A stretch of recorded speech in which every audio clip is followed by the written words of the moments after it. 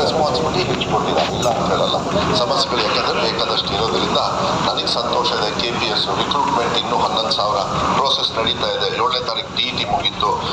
ಅನುದಾನಿತ ಶಾಲೆಗೆ 6,000 ಟೀಚರ್ಸ್ನ ತಗೊಳ್ತಾ ಇದ್ದೀವಿ. ಯಾಕಂದರೆ ಕನ್ನಡ ಶಾಲೆ ಹೆಚ್ಚು ಕಮ್ಮಿ ಭಾಳ ತೊಂದರೆಯಲ್ಲಿದ್ದು ಮಾನ್ಯ ಮುಖ್ಯಮಂತ್ರಿಗಳು 6,000 ಟೀಚರ್ಸ್ ತಗೊಳ್ಳಿ ಅಂತ ಹೇಳಿದ್ದಾರೆ. ಮುಂದಿನ ಬಜೆಟ್ಗೂ ಕೂಡ ಮತ್ತೆ ಮನವಿ ಮಾಡಿದ್ದೀನಿ, ಏನಾದರೂ ಸ್ವಲ್ಪ ಆಗುತ್ತಾ ಸರ್ ನೋಡಿ ಅಂತೇಳಿ ಟ್ರೈ ಮಾಡೋಣ, ಬಜೆಟ್ ಡಿಸ್ಕಷನ್ಸ್ ಬಂದಾಗ ನೋಡೋಣ ಅಂತ ಹೇಳಿದ್ದಾರೆ. 1995 ಮೇಲೆ ಕನ್ನಡ ಶಾಲೆಗೆ ಅನುದಾನಕ್ಕೆ ಒಳಪಡಿಸಿಲ್ಲ. ಅದನ್ನು ಕೂಡ ದಯವಿಟ್ಟು ಮೊನ್ನೆ ಬೆಳಗಾವಿಗೆ ಹೋಗಿ ನಾನೇ ಅವ್ರ ಹತ್ರ ಎಲ್ಲ ಹೋಗಿ ಸ್ಟ್ರೈಕಿಗೆ ಹೋಗಿ ಅವ್ರ ಹತ್ರ ಎಲ್ಲ ಮನವಿ ಅಲ್ಲಿ ಹೋರಾಟಗಾರರು ಕೂಡ ಕನ್ನಡ ಶಾಲೆಯನ್ನು ಉಳಿಸಿ ಅಂತೇಳಿ ಬಾರ್ಡರ್ ಲೆವೆಲ್ಗೆ ಕನ್ನಡ ಶಾಲೆ ಉಳಿಸ್ಬೇಕು ಅಂತ ಹೇಳಿ ಒಂದು ಆರ್ಡರ್ ಮಾಡಿಬಿಟ್ಟೆ ನಾನು.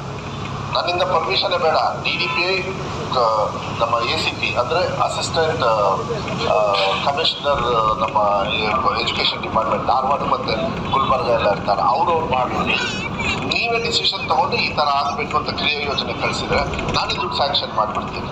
ಅದನ್ನು ಮತ್ತೆ ಪರ್ಮಿಷನ್ ತಗೊಳ್ಳೋದೆಲ್ಲ ಏನಿಲ್ಲ. ಯಾಕಂದರೆ ಗಡಿ ಭಾಗದಲ್ಲಿ ಕನ್ನಡ ಉಳಿಸ್ಬೇಕಾಗ್ತದೆ, ಅದು ನಮ್ಮ ರೆಸ್ಪಾನ್ಸಿಬಿಲಿಟಿ ಆಗುತ್ತೆ. ಇದೆಲ್ಲದೂ ಕೂಡ ಮಾಡಿ ಒಳ್ಳೆ ರೀತಿಯಲ್ಲಿ ಚೆನ್ನಾಗಿ ಒಂದು ತೀರ್ಮಾನಗಳನ್ನಾಗಿದ್ದಾವೆ.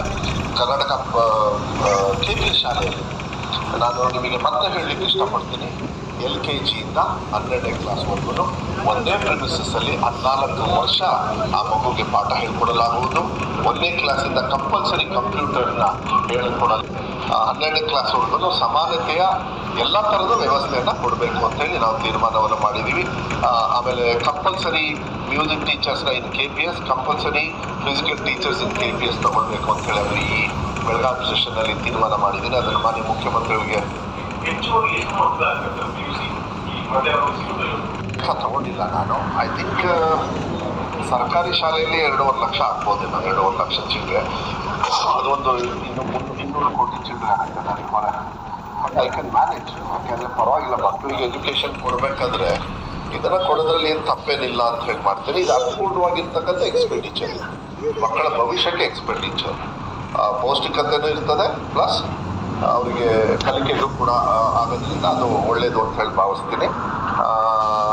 ಮತ್ತು KPS ಶಾಲೆಗಳಲ್ಲಿ ಎಲ್ಲರೂ ಒಟ್ಟಿಗೆ ಓದೋದ್ರಿಂದ KPS ಶಾಲೆಗಳಲ್ಲಿ ಈ ಮಾನ್ಯ ಮುಖ್ಯಮಂತ್ರಿಗಳಿಗೂ ಕೂಡ ಮನವಿಯನ್ನು ಮಾಡ್ತಾ ಇದ್ದೀನಿ. ಫಿಸಿಕಲ್ ಟೀಚರು ಮತ್ತು ಮ್ಯೂಸಿಕ್ ಟೀಚರ್, ಯಾಕೆಂದರೆ ಎಲ್ಲ ಎವ್ರಿ ಚೈಲ್ಡ್, ಇದು ಬಹಳ ಮುಖ್ಯ ನೋಡಿ, every child can sing, every child can study, every child can do anything what you are anybody can.